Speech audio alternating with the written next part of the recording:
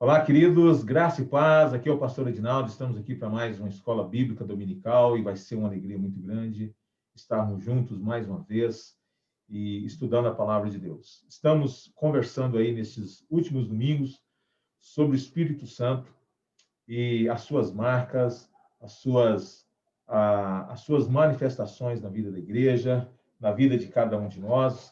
O que nós precisamos compreender, o que nós precisamos conhecer a respeito do Espírito Santo e como que ele atua na igreja, quais são as marcas de uma igreja realmente cheia do Espírito Santo. Então, hoje nós vamos falar sobre a igreja de Corinto, muito conhecida pelos seus problemas, pelas suas dificuldades, mas nós vamos perceber que havia muita graça de Deus, muita ação de Deus na vida daquela igreja, e ela serve muito bem para nos ensinar algumas coisas muito preciosas a respeito do entendimento que nós devemos ter sobre a comunidade. Tá certo?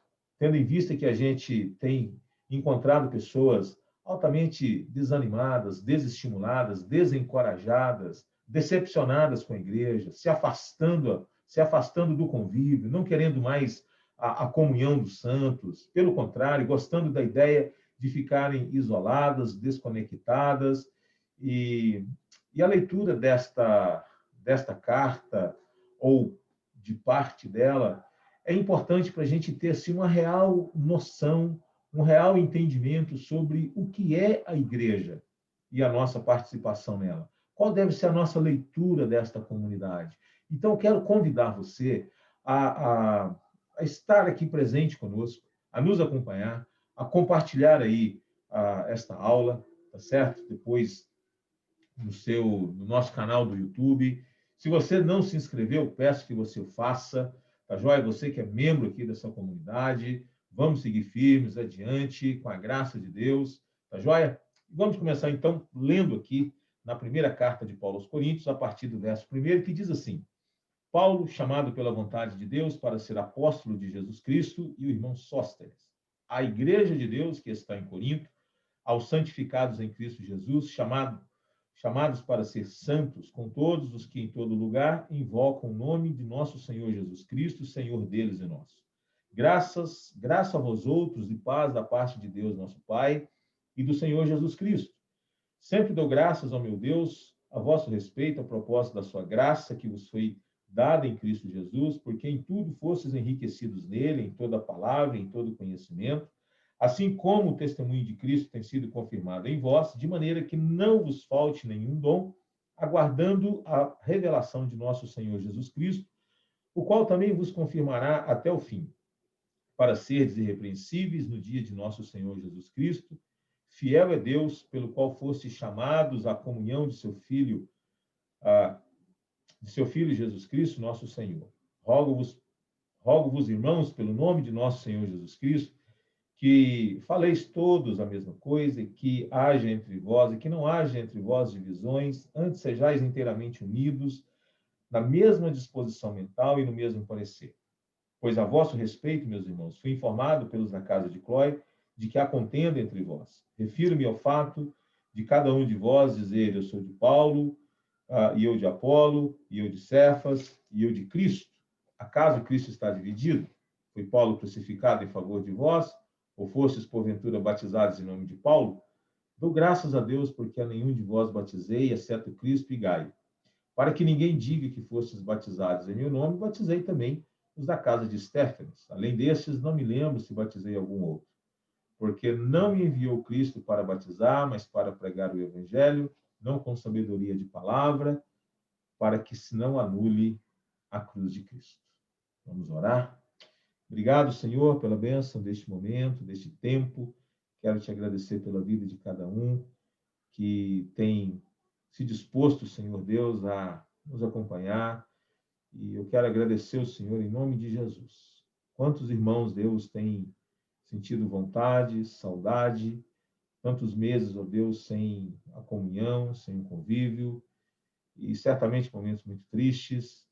Outros, ó Deus, certamente o Senhor conhece os intentos do coração, e não estamos aqui para julgar ou condenar ninguém, mas o Senhor conhece a vida, a realidade, as necessidades, as dificuldades, o momento no qual nós estamos atravessando. Pedimos graça ao Senhor, fortalecimento, proteção.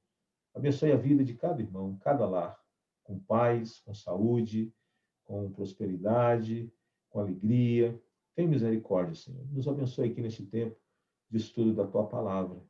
É a nossa oração, agradecidos, no nome de Jesus. Amém. Veja bem, queridos, a nossa aula de hoje, ela tem como tema imperfeitos, mas enriquecidos. Imperfeitos, mas enriquecidos. Esse é o foco aqui da nossa aula de hoje, e tendo como base esse texto que nós lemos da carta do apóstolo Paulo à igreja de Corinto. E eu começo dizendo o seguinte: o que você pensa sobre a igreja? O que você conversa sobre a igreja? O que você sente pela igreja? O que você espera da igreja? O que você está disposto a fazer em relação à igreja? Perguntas inquiridoras, perguntas que demandam aí uma reflexão, a fim da gente não apenas nutrir determinadas coisas no coração, levando em conta algumas experiências que certamente talvez não foram das melhores, ao passo que outros vêm nutrindo pela igreja apreço, admiração, e talvez até mesmo estes que têm nutrido pela igreja alguma admiração, talvez falta ainda um real entendimento, uma noção um pouco mais exata, um pouco mais precisa a respeito da natureza da igreja, da dinâmica da igreja, e de algumas coisas que nós precisamos entender a respeito desta organização viva que é a Igreja do Senhor Jesus. E a ideia da gente estudar essa carta, ou parte dela, né, pelo menos, é da gente tentar entender um pouco a respeito deste retrato mais preciso a respeito da igreja.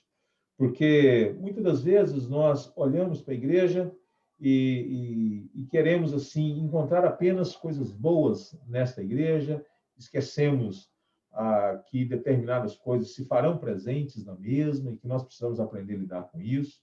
O fato da igreja ter as suas dificuldades, o fato da igreja ter os seus problemas, o fato da igreja ter as suas dificuldades, às vezes faz com que alguns se decepcionem, se desiludam, se afastam, né? Porque criaram uma igreja imaginária, né? Mas aqui nós somos convidados a realmente ver um retrato real da igreja de Cristo Jesus, né? A beleza que é, a maravilha que é fazer parte dessa comunidade, mas ao mesmo tempo aprender a conviver com as suas ambiguidades, aprender a conviver com as suas contradições, aprender a conviver com as suas deficiências. Mas, apesar de tudo isso, olhar para a igreja e ter essa noção real, mais precisa, a respeito da mesma. Né? Entendendo que, às vezes, há uma distância entre aquilo que a igreja é agora e aquilo que está reservado a essa igreja. Porque, às vezes, nós somos injustos, nós queremos que a igreja de amanhã, estou falando da igreja glorificada, estou falando dessa igreja que vai ser transformada, a gente já quer que esta seja a igreja hoje. E a Bíblia nos convida a conviver nessa igreja das contradições e dos paradoxos, né? Olhando para frente. Ela não é perfeita, mas ela está caminhando, ela vai ser. E isso é um convite para que a gente possa ter um pouco mais de calma, um pouco mais de paciência, um pouco mais de bondade, um pouco mais de graça, um pouco mais de misericórdia no nosso coração. Então, o apóstolo Paulo, ele nos convida a pensar algumas coisas a respeito dessa comunidade. Ela é imperfeita, mas ela é tremendamente rica, imperfeita, rica, imperfeita, abençoada. E nesta porção que lemos, há aqui informações muito preciosas para que a gente possa compreender um pouco mais a respeito da natureza dessa igreja. É o que o apóstolo Paulo se propõe a dizer do verso 1 até o verso 3, na sua palavra de saudação. Ele começa também a já introduzir essa ideia a respeito da natureza dessa igreja, quando ele diz assim: Paulo, chamado pela vontade de Deus para ser apóstolo de Jesus Cristo, e o irmão Sóstenes. A palavra apóstolo, nós precisamos entendê-la dentro de 3 entendimentos, né? Apóstolo pode se referir a todos aqueles que estão altamente comprometidos com a missão apostólica da igreja no mundo. E, nesse sentido, todos nós somos apóstolos. Todos nós fomos chamados para serem enviados, chamados para abençoar, chamados para proclamar. Então, não há a distinção, porque a ideia do apostolado, aquele que é enviado, então, esse sentido se aplica muito bem a cada um de nós, mas pode também se referir àqueles que são enviados numa missão específica para uma determinada localidade. E temos também um terceiro significado que está relacionado àqueles que conviveram com Jesus, que tiveram experiências experiências reais a respeito de Cristo, foram testemunhas oculares da sua ressurreição, foram chamados diretamente por ele, e assim por diante. Então, nesse sentido, nós precisamos entender que uma coisa é a gente perceber que não existem mais apóstolos de Cristo hoje. Só existiram aqueles. Mas há os apóstolos da igreja, esses que foram enviados, né? Que estão debaixo dessa missão, desse ministério, mas que não advogam para si aquele princípio que existia lá entre os 12. Não. E aí, então, as Escrituras nos convida a pensar a respeito desta natureza maravilhosa da igreja. E a primeira coisa, então, que o apóstolo Paulo chama a nossa atenção é da necessidade de nós entender que a igreja ela é, ao mesmo tempo, terrena e celestial. Essa dupla identidade da igreja ela é muito importante, né? E eu vou explicar por quê. A igreja pertence ao mesmo tempo ao céu e, ao mesmo tempo, à terra. Ao mesmo tempo que ela é uma comunidade celestial, ela é também uma comunidade terrena, porque a Bíblia diz a igreja de Deus, que está em Corinto. É muito interessante a gente entender isso, né?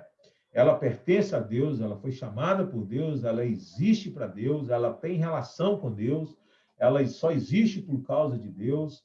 A igreja ela é composta de todos aqueles que foram regenerados, que foram nascidos de novo, que receberam a bênção da adoção, que são filhos de Deus, que desenvolvem um relacionamento com esse Deus. Mas essa igreja, que é composta daqueles que pertencem a Deus, que têm certeza da sua salvação, que têm certeza dessa vinda de Jesus, é uma igreja que existe num determinado lugar, que se reúne numa determinada localidade. É a igreja de Deus, mas ela está numa determinada região, ela está num determinado bairro, ela está numa determinada rua, ela existe. É a igreja de Deus. Mas onde que ela está? Ela está em Corinto. Ali há um grupo de irmãos que professam essa fé, daqueles que pertencem a Cristo, daqueles que creem em Cristo, daqueles que entregaram suas vidas a Jesus, daqueles que realmente fizeram a boa confissão de que Jesus é o caminho, de que Jesus é a verdade, de que Jesus é a vida. Então, a Bíblia nos chama a atenção a respeito deste entendimento que nós precisamos ter. Por que que é importante a gente compreender isso? Porque houve um tempo em que a igreja se afastou totalmente do mundo. Ela se afastou totalmente do mundo, com a pretensão de ser apenas uma igreja de Deus. E ela se desconectou, ela se isolou, né? Ela não se envolveu, ela não atuou, ela não participou, ela foi sal dentro do saleiro. Em contrapartida, em outras ocasiões, ela cometeu o erro oposto. No sentido de querer ganhar o mundo, ela imergiu na cultura. E ao imergir na cultura, ela perdeu os seus referenciais, ela perdeu valores, ela perdeu a sua identidade, de maneira que ela passou a ter pessoas para ouvir a sua mensagem, mas ela não tinha mais uma mensagem. Quando a igreja se isola, ela tem uma mensagem, mas ela não tem pessoas para lhe ouvir. Mas quando a igreja emerge na cultura, querendo conquistar as pessoas, se identificar e absorver os valores da cultura, com o fim de querer, com isso, estabelecer pontos de contato, ela perde a sua identidade. Ela tem pessoas, mas ela não tem mais mensagem. Ela tem gente para ouvir, mas ela perdeu a sua autoridade porque ela se assemelhou por ter absorvido esses valores seculares a ponto de perder a identidade, a sua salinidade, a qual ela possuía. E aí nós precisamos entender que nem uma coisa nem outra, nem o isolacionismo, nem o distanciamento, não é? Nem a exclusão e nem a imersão, nem retirar-se, mas também nem confundir-se. Então nós precisamos conviver com essas duas realidades. Ao mesmo tempo, ela é a igreja de Deus, mas ao mesmo tempo ela está numa determinada localidade, ela está numa cidade, ela é ao mesmo tempo terreno, mas ela é também celestial. Nós somos assim. O que o apóstolo Paulo diz à igreja aos Filipenses? Nós somos cidadãos dos céus. A nossa pátria, disse ele, está nos céus, não aqui na terra. Mas nós temos uma dupla cidadania. Somos cidadãos dos céus e somos cidadãos deste reino. E ele fala de uma segunda realidade aqui dessa igreja, acerca da sua natureza. Primeiro, ela é terrena e ela é celestial. Segundo, ela é composta dos santos, de todos os santos, mas que precisam ser santificados. Interessante isso, né? Porque a Bíblia diz assim, em Cristo Jesus, chamados para ser santos, com todos que em todo lugar invocam o nome do Senhor Jesus Cristo, Senhor deles e nosso. Graça e paz a vós outros, da parte de Deus nosso Pai e do Senhor Jesus Cristo. Então, veja, aos santificados em Cristo Jesus, chamados para ser santos. Então, a igreja, ela é, ao mesmo tempo, composta daqueles que já são santos, santos porque foram chamados, santos porque são separados para Deus, por Deus, para serem enviados em nome de Deus, numa missão apostólica, como aqueles que vão proclamar a palavra de Deus. Então, santos dizem respeito a todos estes que são separados por Deus, mas a santificação diz respeito a esse processo. Diz respeito a esse processo. De maneira que a gente lida com a questão que é atual, que é também potencial. Atual no que diz respeito àquilo que nós já somos em Cristo, não é? Somos novas criaturas em Cristo, mas nós ainda não somos totalmente transformados. A santificação, ela vai ser um processo contínuo, gradativo, de mortificação, de transformação do coração, fazendo com que a gente seja cada vez mais parecidos com o Senhor Jesus Cristo. Então, por um lado, os cristãos já são santos, no sentido de serem separados para Deus. Você foi separado para Deus. Você foi chamado à salvação. Você pertence agora a esse aprisco do bom pastor. Mas, por outro lado, nós somos também chamados para ser santos, para exercer essa santificação, para desenvolver essa santidade, para almejar essa santidade, para buscar essa santidade. Porque ela é um processo. Por quê? Porque a gente não sabe tudo, a gente não entendeu tudo. A gente vai sendo transformado gradativamente. Então, a igreja ela é terrena, ela é celestial. Ela é composta daqueles que são santos, mas daqueles que precisam ser santificados, né? Nós somos apenas a igreja dos santos, que não buscam a santificação? Não. Os santos precisam almejar a santificação. E aí, do verso 4 até o verso de número 9, detalhes, se você ler o primeiro capítulo, grife a quantidade de vezes que aparece o nome Jesus Cristo ou de um pronome que seja alusivo à sua pessoa, você vai ficar impressionado. Impressionado. Mas vamos lá, do verso 4 até o verso de número 9, agora nós temos uma outra coisa interessante sobre a natureza da igreja. Porque se eu lhe perguntar assim, o que você pensa sobre a igreja de Corinto? Você que é membro de uma igreja, que já leu, já ouviu, já se deparou com vários ensinamentos a respeito da igreja de Corinto. Às vezes ela é muito mal falada. É uma igreja problemática, é uma igreja de crentes carnais, uma igreja de crentes mundanos, uma igreja disso, uma igreja daquilo, e é só pau. Mas não é isso que a Bíblia ensina. Não é isso que as Escrituras recomendam para nós. Ela nos convida a ter um olhar diferente sobre essa igreja, para a gente ter um real entendimento sobre a natureza da igreja. E aqui, então, a Bíblia vai nos ensinar um princípio muito interessante, maravilhoso, e que eu quero, talvez, pensar nele como sendo um princípio libertador. Numa sociedade que aprendeu a reclamar de tudo, numa sociedade que tem dificuldade em ser agradecida, numa sociedade que às vezes acaba sendo injusta, pois exige muito do outro, né? E a gente, às vezes, tende a ver apenas os defeitos. É muito triste quando a gente, por exemplo, vai conversar com casais que estão pensando em divórcio, e eu costumo dizer o seguinte: se você parar para buscar motivos para se divorciar, você vai encontrar um monte. Vai encontrar motivos do coração, você vai encontrar um monte. Bíblicos, poucos, né?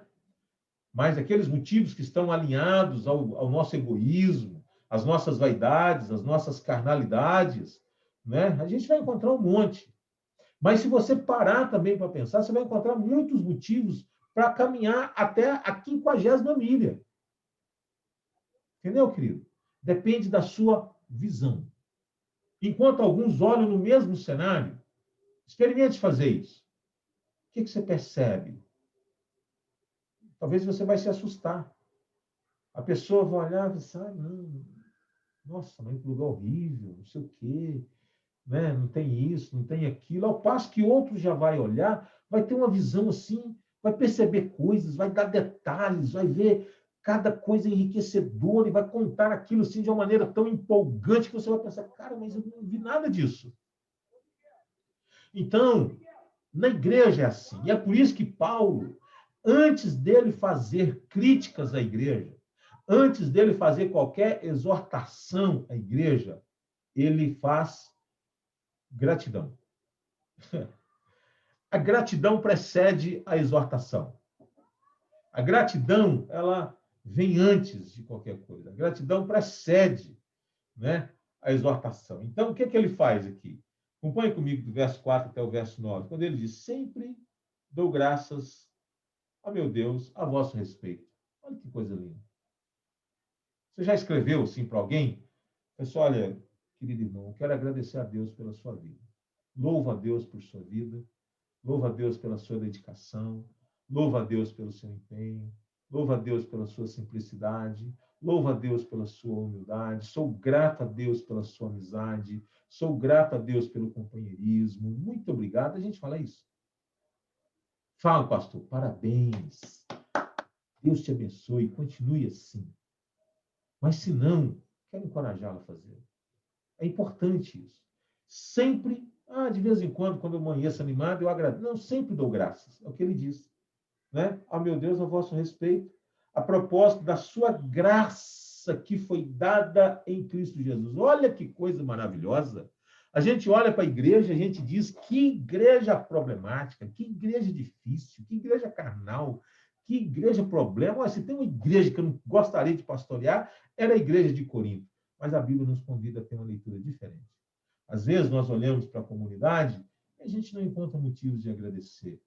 A gente talvez senta no banco e diz, nossa, que banco duro. A gente poderia dizer, Deus, obrigado, temos um lugar para sentar. Pode não ser o melhor, né? Mas glórias ao teu nome. Muito obrigado, porque há muitos irmãos meus que estão mundo afora que não tem um banquinho para sentar. O culto é de 6 horas, todo mundo em pé, né? E então, obrigado, Senhor Deus, porque aqui a gente tem uma água gelada para tomar.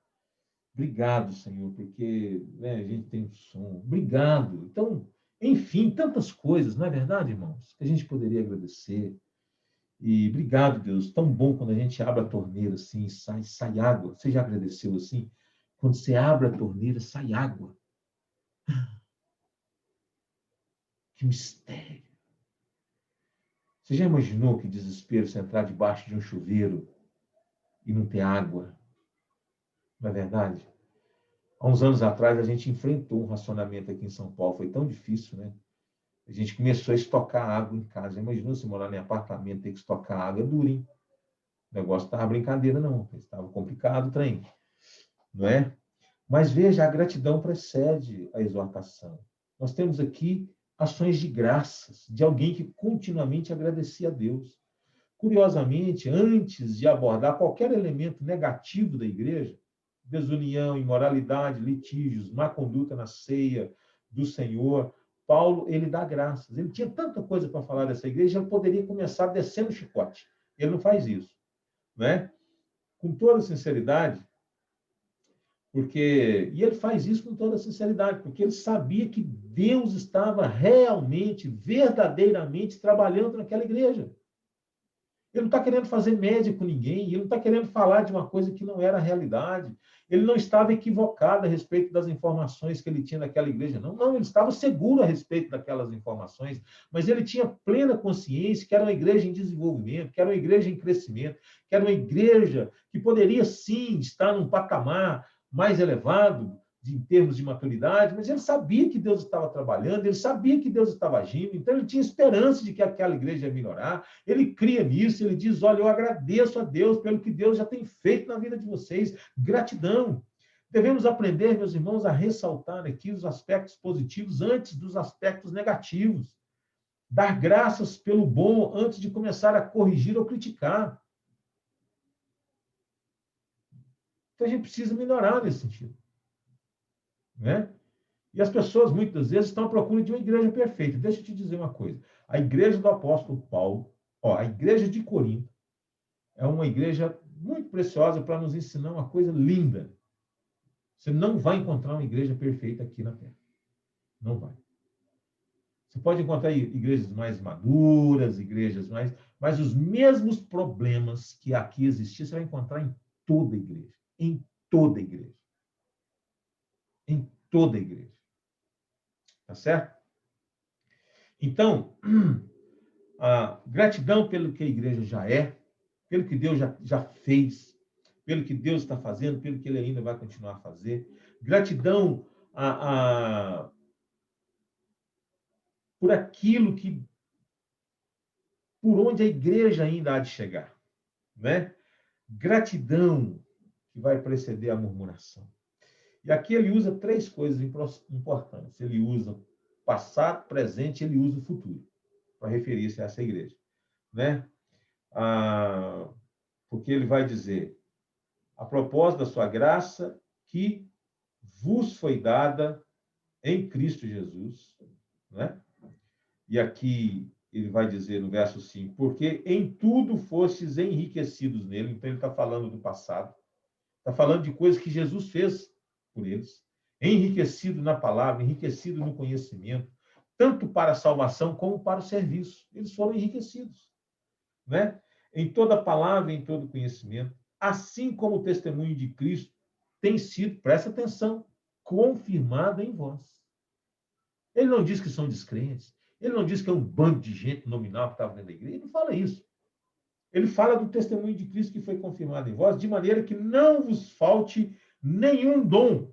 Ou seja, ele está falando aqui desta capacitação que essa igreja recebeu, da certeza de que eles tinham tudo o que necessitavam, aguardando vós a revelação de nosso Senhor Jesus Cristo. E aqui ele aponta para o futuro, para aquilo que a igreja vai ser em definitivo. Enquanto isso, Deus concede enriquecimento, sabedoria, entendimento para que essa igreja trabalhe, concedeu dons a essa igreja, e ele diz que eles não tinham necessidade de nenhum dom. Ele vai falar sobre isso aqui. Então, uma igreja que tinha tudo quanto ela necessitava, né? Conforme ele diz no verso 7, de maneira que não vos falte nenhum dom.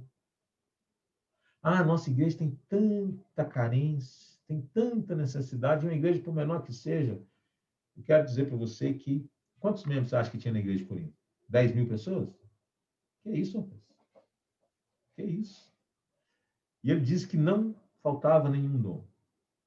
Então a igreja é isso, às vezes a gente olha, a gente só vê necessidade, e Deus pode dizer para a gente assim, eu enriqueci vocês, para que não nos falte nada. Quanta gente capacitada, quantos dons, quantas pessoas habilidosas, não é? Então, isso é fantástico. E ele fala desse futuro, ou seja, de uma igreja totalmente transformada, aguardando ansiosamente pela volta de Cristo, embora tendo recebido tudo, a igreja ainda estava longe de ser perfeita, né? Ela recebeu tudo quanto lhe é suficiente, lhe é necessário. Contudo, esta igreja, ela não é plenamente transformada. É mais ou menos aquilo que Jesus fez. Ou seja, Jesus, ele fez muitos milagres. Todos foram registrados? Não. Quantos foram? Aqueles suficientes para a gente crer.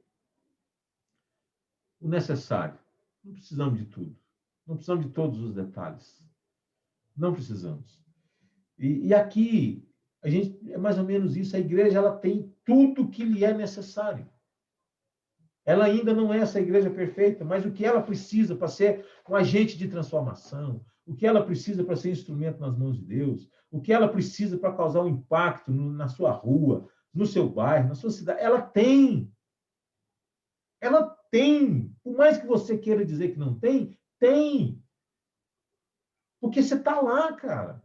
Você faz parte dessa igreja. Olha as coisas lindas que Deus já fez na sua vida. Olha os dons que Deus lhe deu, as habilidades que Deus lhe deu. Olha quanta coisa maravilhosa. Quanta coisa você não é capaz de fazer, de pensar, de criar. E você faz parte dessa igreja, então você é a prova viva de que a igreja tem aquilo que ela necessita. Tá certo? E do verso 10 até o verso 17, ele vai falar sobre a unidade da igreja. Ele começa dizendo assim: rogo-vos, irmãos, pelo nome de nosso Senhor Jesus Cristo, que faleis todos a mesma coisa, e não haja entre vós divisões, antes sejais inteiramente unidos, na mesma disposição mental e no mesmo parecer. Veja, irmãos, depois de ensinar sobre a gratidão, passamos agora a importantes orientações sobre o cuidado que devemos ter com as divisões da igreja. E é exatamente pelo fato da igreja não ser perfeita que ela está sujeita a lidar com essas tensões, com esses problemas. E a divisão é uma delas. E é por isso que ele sai da gratidão para a comunhão. Tá bom? O cuidado que nós devemos ter, porque essa igreja, que recebeu tudo que é necessário, para que não me falte nenhum dom, sendo enriquecida em tudo, ela pode sim não saber fazer um bom uso dos recursos que Deus lhe deu.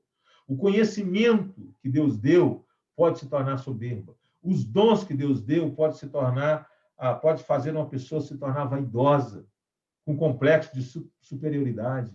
Por isso que nós devemos tomar cuidado. E essa é a razão pela qual ele começa o seu apelo a falar sobre a unidade da igreja. Ele começa rogando pelo nome de Cristo, apelando para Cristo, né? Então, veja, notem que, apesar de tudo, Paulo segue chamando os membros da igreja de quê? Rogo-vos, seus carnais, seus mundanos, seus perversos. Ele não faz isso. Rogo-vos, pois, irmãos. Ai, ai, ai. Ei, ei, querido. Você que já pisou na bola tantas vezes. Eu que lhe ofendi, talvez, quem sabe. E aí a gente se encontra. Ô, irmão. Ô, meu irmão. Apesar de todas as coisas, tem algo tão forte entre nós. Apesar de tudo que somos, tem algo poderoso que nos une. Jesus Cristo. Rogo-vos, pois, irmãos, apesar de tudo que estava acontecendo naquela igreja, irmãos, apesar de todo o comportamento equivocado, mundano, imaturo, é a comunidade da família, é a família de Deus, povo de Deus, irmãos em Cristo Jesus. Paulo continua chamando os membros daquela igreja de irmãos, ou seja, se existe um antídoto contra as divisões na igreja, é de nunca nos esquecer, queridos, que nós pertencemos à família de Deus. Somos uma família. Cantávamos um hino que dizia: recebi o novo coração do Pai, coração regenerado, coração transformado, Coração que é inspirado por Jesus, como fruto deste novo coração. Aí vem um negócio que é estranho, né? Eu declaro a paz de Cristo. Precisamos não. Porque se estamos em Cristo, já temos paz com Deus e paz uns com os outros. É partir para a ação. Mas aí vem uma questão interessante. Somos corpo e assim bem ajustados. Coisa linda isso, não é verdade? Então, isso é um antídoto contra a divisão. Somos uma família, não devemos permitir que as nossas atitudes contradigam a nossa identidade. Você já viu uma família? Família tem lá os seus desentendimentos, tem lá as suas confusões, mas deixou de ser irmão? Não. Posso corrigir os meus filhos, repreender os meus filhos, mas se você me perguntar assim, e o Edinaldo, quem é o Edinaldo? É meu pai. O Edinaldo é meu pai. Não é verdade? Se perguntar para o Miguel, Miguel, o que é nós? É minha irmã. De vez em quando tem lá umas confusões, etc., mas são irmãos.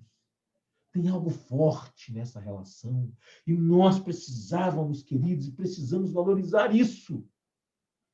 Tem algo poderoso que nos une, que faz de nós algo que vai perpassar essa história, esse tempo, a irmandade que vai se perpetuar, que não termina aqui.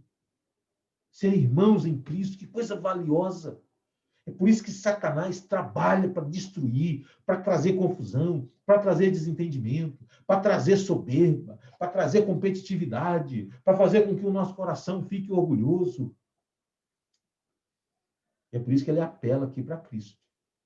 O apelo de Paulo se dá através do nome de Cristo. Ou seja, Paulo não estava preocupado apenas em defender a sua autoridade apostólica, mas, sobretudo, exortava-os no único nome que todos os cristãos invocam a ser batizados. É no nome daqueles que eles haviam recebido o batismo que Paulo está rogando. A única maneira de reparar a falta de comunhão da igreja, irmãos, só mesmo apelando para a comunhão deles com Cristo. É lhes trazendo à memória essa autoridade de Cristo, esse soberano a quem eles estavam sujeitos, a fim de lhes recordar que eles, estando ligados a Cristo, eles estavam ligados uns aos outros. Vocês são de Cristo? Ah, somos de Cristo. Então, vocês são irmãos em Cristo. Então, vamos parar de brigar e vamos caminhar, vamos crescer juntos? Bora lá? E aí, então, no verso número 10, ele não apela apenas para a autoridade de Cristo, ele apela para a unidade. E ele usa um termo aqui muito lindo, né? Que faleis todos a mesma coisa, verso 10. E que não haja entre vós divisões, antes sejais inteiramente unidos. Na mesma disposição mental e no mesmo parecer. Veja que ele está chamando a atenção aqui para o fato daqueles irmãos possuírem uma unidade tão profunda, que o termo que ele usa aqui é de vasos que foram quebrados, que são agora restaurados, de redes que foram rasgadas, mas que elas são agora consertadas. É reparar aquilo que havia sido quebrado, né? No caso dos coríntios, a comunhão que tinha sido quebrada. Eles continuavam em Cristo, e Paulo está resgatando, está fundamentando aqui como que a unidade se dá. A unidade ela acontece a partir do entendimento, da compreensão que eu tenho a respeito da minha unidade em Cristo. Estando unido a Cristo, eu estou unido ao corpo de Cristo, e eu estou ligado a outros membros, somos irmãos. A unidade da igreja. Mas então ele apela, no verso de número 12, para a desunião. Olha só o que ele diz. Refiro-me ao fato de cada um de vós dizer eu sou de Paulo, eu de Apolo, eu de Cefas, eu de Cristo. Essa expressão eu sou de, ela diz respeito a uma aliança que estava sendo estabelecida com a pessoa. Olha que ironia. O nosso relacionamento com Cristo é uma aliança que nós temos em Cristo. E aqui Paulo está dizendo, a Bíblia está dizendo que eles estavam fazendo aliança com homens. Eles estavam transferindo, substituindo a aliança deles com Cristo, o relacionamento deles com Cristo, e fundamentando esse relacionamento, um relacionamento humano, carnal. E eles precisavam entender que é os líderes que pertencem à igreja. Não é a igreja que pertence aos líderes. Os líderes são servos na igreja. Eles não são pai da igreja. Eles não são os criadores da igreja. eles não são sustentadores da igreja. Eles precisavam entender isso. Por isso que eles chamam a atenção para esse aspecto. Gente, vamos parar com isso. Vamos parar de construir essa espiritualidade em cima desses elementos, não é? E aí, então, ele vai falar a respeito daquilo que é essencial. Por quê? Porque a atitude partidarista ou separatista dos coríntios, elas tinham implicações muito sérias na vida deles, porque eram, teologicamente falando, muito ofensivas. E ele vai procurar mostrar a respeito disso, porque elas contradiziam os fundamentos do Evangelho, pelo menos em 3 sentidos. Primeiro, contradiziam a pessoa de Cristo, contradiziam a cruz de Cristo, contradiziam o significado do batismo de Cristo, porque em nenhum desses acontecimentos tem a figura humana. É tudo centrado em Cristo. Mas quando eles começam, eu sou de Paulo, eu sou de Apolo, eu sou de Pedro, eles estavam anulando tudo isso, eles estavam tirando a centralidade da pessoa de Jesus, eles estavam tirando a centralidade da cruz de Jesus, eles estavam tirando a centralidade da obra de Jesus, evidenciada no batismo, quando eles o recebiam em nome do Pai, do Filho e do Espírito Santo. Então, esse tipo de comportamento, ele contradizia a obra de Cristo. Era teologicamente ofensivo diante de Deus. Nós precisamos tomar cuidado, gente. Precisamos tomar muito cuidado. Né? Porque naquelas atitudes, Cristo estava sendo ofendido e negado por todos os grupos. E como Paulo trata da situação? Ele mostra que aquela atitude era inaceitável, fazendo 3 perguntas retóricas, cuja resposta para cada uma delas é negativa. Ele vai dizer assim: acaso, olha só, Cristo está dividido? Acaso há mais de um Cristo? Tem um clone de Jesus por aí? Acaso eles fracionaram Cristo? Que conversa é essa? Né? Aí ele continua: foi Paulo crucificado em favor de vós? Por acaso vocês estão confiando em Paulo e em sua crucificação para serem salvos?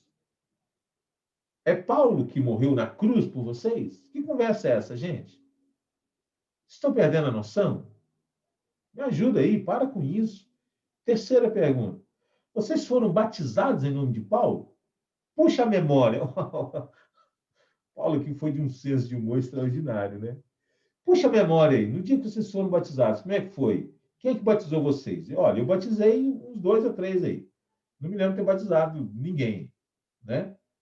E ainda bem por isso. Então, puxa a memória. Vocês foram batizados, eu te batizo em nome de Paulo, de Pedro. Foi assim que aconteceu com vocês? Ou seja, ele está aqui armando uma arapuca para as pessoas ficarem envergonhadas. Imagina essa carta sendo lida, e um cutucando no outro assim. E aí, fulano? E aí, de Paulo? E agora? E alguém mandando um WhatsApp para o outro. Ei, de Pedro? Ficou ruim para nós, hein?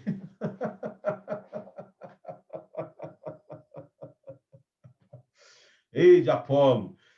Eles estavam valorizando as personalidades humanas. Cada um tinha a sua personalidade, com a sua particularidade. Essa diversidade, irmãos, ela é tão linda na igreja. Eu acho tão maravilhoso. Eu tenho um tipo de personalidade, outro irmão tem outra personalidade. A gente se completa de uma maneira tão maravilhosa, tão linda. Né? Paulo tinha o seu jeito de se comunicar, Apolo já era mais diferente, Pedro já era uma pessoa mais simples, né? Mais simples no sentido de não ter aquela formação, de não ter aquela escrita clássica, mas era um servo de Deus, pastor de almas. Então, ele confronta aquela situação e aponta aqui 3 verdades essenciais, né? Então, ele vai dizer que Cristo é um só e ele é indivisível, ou seja, há um só Cristo, uma só cabeça do corpo, quando ele diz: dou graças, né? Porque nenhum de vós batizei, exceto a Cristo, para que ninguém diga que fostes batizados em meu nome. Batizei também os de Estéfane. Além desse, não me lembro se batizei algum outro, mas ele vai responder dizendo que Cristo não está indivisível, que há um só Cristo, um só cabeça, um só corpo. Ele vai dizer que Cristo foi crucificado por nós e nós pertencemos a ele. Que Deus se agradou da obra dele, que tudo que nós somos é por causa da obra dele, que tudo que acontece em nós, entre nós e através de nós, é resultado da obra de Jesus. Os homens, os pastores, no caso aqui o apóstolo Paulo, eram servos. Terceiro, que o batismo cristão é o testemunho da nossa aliança com Cristo e da nossa exclusiva lealdade a Ele. Quando nós somos batizados, nós estamos assumindo um compromisso com Jesus e Jesus conosco. É uma aliança. E aqui ele está dizendo, a aliança não é entre os homens, a aliança não é com os homens, a aliança é com Deus, em Cristo Jesus. Este é o cálice da nova aliança no meu sangue. Quando ele instituiu a ceia. Ou seja, os coríntios estavam dando aos líderes humanos a posição que competia só a Cristo. E eles precisavam entender que o importante não é a pessoa que nos batiza. Ah, eu fui batizado pelo pastor fulano de tal. Não, o importante não é isso. O importante é o nome da pessoa de quem você recebe o batismo. O importante é a pessoa em nome de quem somos batizados. Isso sim é importante. O nome da pessoa que nos batizou, não. Mas o nome da pessoa de quem somos batizados, que é Cristo, este sim faz toda a diferença. Você foi batizado em nome do Pai, em nome do Filho e do Espírito Santo. Entendeu, querido? O centro, Cristo. Cristo Jesus. E para terminar, o que fazer com as diferenças? Há uma tensão, irmãos, inevitável entre o que a igreja é e o que ela deve ser. Entre o que a igreja já é e onde ela chegará a ser. Nós vivemos nessa tensão. Não seja injusto, você não é perfeito. Eu não sou perfeito. Pare de exigir a perfeição dos outros, porque às vezes nós exigimos dos outros aquilo que nós não exigimos de nós mesmos. Queremos que os outros sejam uma coisa que nós não queremos ser. Somos intolerantes com os erros dos outros e somos tolerantes demais com os nossos. Somos implacáveis com os pecados dos outros, mas somos totalmente passivos com os nossos pecados. E a gente faz isso às vezes na igreja. Vamos fazer isso não. Vamos olhar para a igreja com graça, com bondade. Olhar para a irmandade, aquilo que nos une, a obra de Jesus, o sacrifício de Jesus, o Espírito Santo que veio sobre nós, que habita em nós. Vamos crer que há uma só igreja de Cristo. Só uma igreja. Mas que às vezes nós não mostramos unidade e nem desfrutamos dela. A igreja é um povo santo de Deus, comprada pelo sangue precioso de Cristo e santificada pelo Espírito Santo. No entanto, a realidade ambígua da igreja é de um desafio para que buscamos a santidade e que nós procuremos a unidade em torno da essência do Evangelho centrado na cruz de Jesus Cristo. Deixando as coisas periféricas, né? Conforme algo bonito que eu li, que é possivelmente do século XVII, atribuído a Roberto Beldinos, que diz assim: uma essencial unidade. No que não é essencial, liberdade. Em todas as coisas, caridade. A igreja é, ao mesmo tempo, enriquecida, a igreja é, ao mesmo tempo, imperfeita. E nós estamos lá. E Deus vai continuar trabalhando em nós. Eu gostaria que você, que é membro de uma igreja, se você é membro da Igreja Presbiteriana de Osasco, que você pensasse muito nisso. Que você orasse por isso. Deus, às vezes eu tenho olhado e tenho falado mal da igreja, falado mal das pessoas, reclamado de tantas coisas. Sejamos gratos por aquilo que Jesus fez por nós. Sejamos gratos por aquilo que Cristo fez em nós. Sejamos gratos por aquilo que Ele está fazendo através de nós, do que Ele vai fazer. Vamos olhar para a igreja, vamos ver a beleza, vamos ver a cruz de Cristo, vamos ver a unidade em Cristo, vamos ver que nós somos irmãos em Cristo, vamos ver que fomos reconciliados com Deus, que professamos a mesma fé, que estamos indo para o mesmo destino, gente. Uma igreja cheia do Espírito Santo, ela vai entender isso, né? Ela vai ter, seus membros vão ter paciência, porque eles olham lá para frente e dizem, lá sim nós vamos ser plenos, aqui não, então vamos ser pacientes. Vamos entender que nós vivemos num mundo caído. Nosso mundo é um lugar de dor, de sofrimento, de angústia. E o nosso coração é uma terra que produz cardos e abrolhos ainda. Só isso aí já deveria ser o suficiente para fazer com que a gente vivesse com um pouco mais de bondade, de graça e de compaixão no coração. Vamos orar? Obrigado, Senhor, por este momento. Obrigado por esse estudo. Que ele seja bênção na vida dos meus irmãos. Nos ajude, Deus, a amar a tua igreja. Nos ajude a servir. Nos ajude, Senhor Deus, a nos importar. Nos ajude, Senhor Deus, realmente a caminhar junto, em nome de Jesus, a olhar e ver a beleza da obra do Senhor na tua igreja, o quanto o Senhor já fez e quanta coisa linda o Senhor vai continuar fazendo. Tira do nosso coração amargura, ressentimento. Tira do nosso coração a murmuração. Deus, dá-nos um coração agradecido, quebrantado, transformado para a glória do teu santo nome. Eu quero agradecer o Senhor pela vida da igreja da qual fazemos parte. Quero agradecer o Senhor pela vida da igreja presbiteriana de Osasco. Quero agradecer o Senhor pela vida de cada irmão, de cada irmã, de cada criança, de cada adolescente, de cada jovem, de cada idoso, de cada idosa. Louvado seja o nome do Senhor, de cada casal. Obrigado, meu Deus, pela vida de cada um. Obrigado, Deus, pela nossa imperfeição, porque ela nos leva a ter cada vez mais compaixão no coração, porque Cristo, nosso Cordeiro Pascal, perfeito, foi imolado por nós, porque exatamente nós éramos e somos pecadores, imperfeitos, e precisamos de Cristo o tempo todo. Ajuda-nos, ó Deus, a viver com esse entendimento, para que Cristo seja engrandecido em todo o tempo. No nome de Jesus, oramos agradecidos. Amém. Obrigado, viu, gente? Deus te abençoe. Compartilhe aí e nos acompanhe, tá bom? Deus te conceda aí um final de semana maravilhoso, um domingo maravilhoso, uma semana abençoada, que Ele guarde você, a sua família. Se você souber de alguém que esteja enfrentando alguma dificuldade, precisando de alguma cesta básica, nos procure, mande mensagem para nós, estamos aqui à disposição para poder ajudar. Tá joia? Se você está precisando de alguma coisa, nos procure também, estamos aí para fazer aquilo que é possível. Tá joia? Grande beijo no seu coração. Grande abraço, viu, gente? Até a próxima.